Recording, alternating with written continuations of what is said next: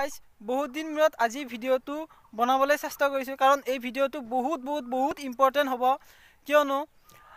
বৰ্তমান আমাৰ জীৱন কেনেধৰণে নিৰ্বাহ কৰি আছে তাৰ ওপৰত আজি কম আপোনালোকক তাৰ আগত আমি ভিডিঅ'টো আৰম্ভ কৰি লওঁ বলক welcome back to my channel Assamese agriculture tricks প্ৰথমে এই ভাইৰাছৰ পৰা বাচি থাকিবৰ কাৰণে চাবোন বা চেনিটাইজাৰেৰে হাত ধুওক তাৰপিছত মাস্ক ব্যৱহাৰ কৰক আৰু ঘৰতেই থাকক যদি এই মহামাৰীৰ পৰা আপুনি বাচি থাকিব বিচাৰে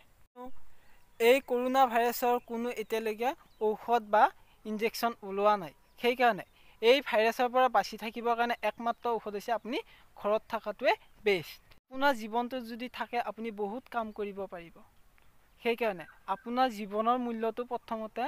বহুত ইম্পৰ্টেণ্ট সেইকাৰণে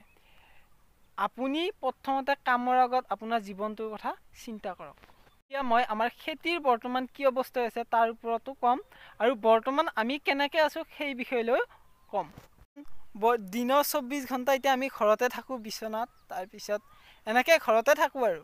কাৰণ বাহিৰলৈ ওলাই আহিলে পুলিচৰ কোব খাব লাগিব সেইকাৰণে ক'তো যোৱা নাই ঘৰতে আছোঁ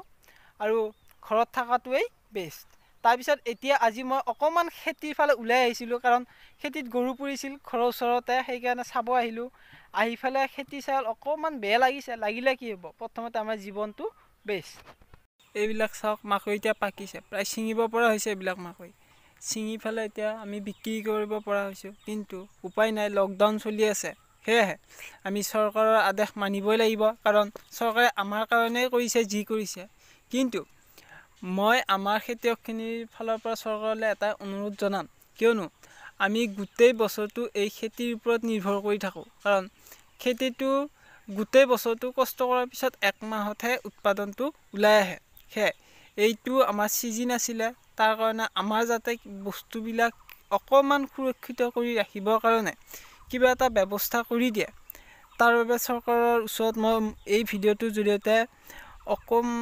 অনুৰোধ জনাইছোঁ যাতে আমাৰ খেতিয়কখিনিৰ বাবে যিখিনি বস্তু আমি উৎপাদন কৰিছোঁ সেই বস্তুখিনি কিবা এটা ব্যৱস্থা কৰি দিয়ে মানে আমি কৰি দিয়ে কাৰণ গোটেইখিনি আমাৰ বহুত কষ্ট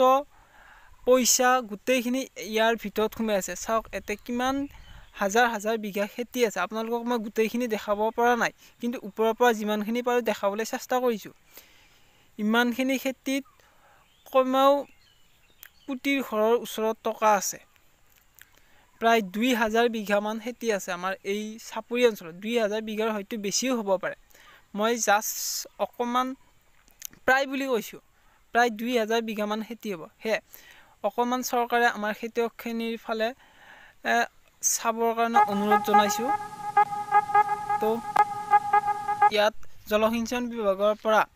পানী মটৰ আহিছে মানে মটৰ আহিছে সেইকাৰণে মিস্ত্ৰীসকলো নাই ঘৰত গৈছে আৰু খেতিয়কসকলৰ কাৰণে প্লিজ আপোনালোকে ভিডিঅ'টো শ্বেয়াৰ কৰি দিব যাতে আমাৰ খেতিখিনিৰ বাবে চৰকাৰে কিবা এটা ব্যৱস্থা কৰি দিয়ে সেয়াই আৰু ইয়াৰ পিছত আপোনালোকক মই ধান খেতিত যাই ধানৰ ওপৰত অকণমান ভিডিঅ' বনাই দেখাবলৈ চেষ্টা কৰিম এইকেইদিন ভালকৈ জীয়াই থাকিবৰ কাৰণে ঘৰতে থাকক ভালকৈ থাকক কাৰণ বাহিৰত আহিলে পুলিচৰ কোব আৰু যদি ভিডিঅ'টো ভাল লাগিছে লাইক কৰিব শ্বেয়াৰ কৰিব মোৰ চেনেলটো ছাবস্ক্ৰাইব কৰি ল'ব চ' থেংক ইউ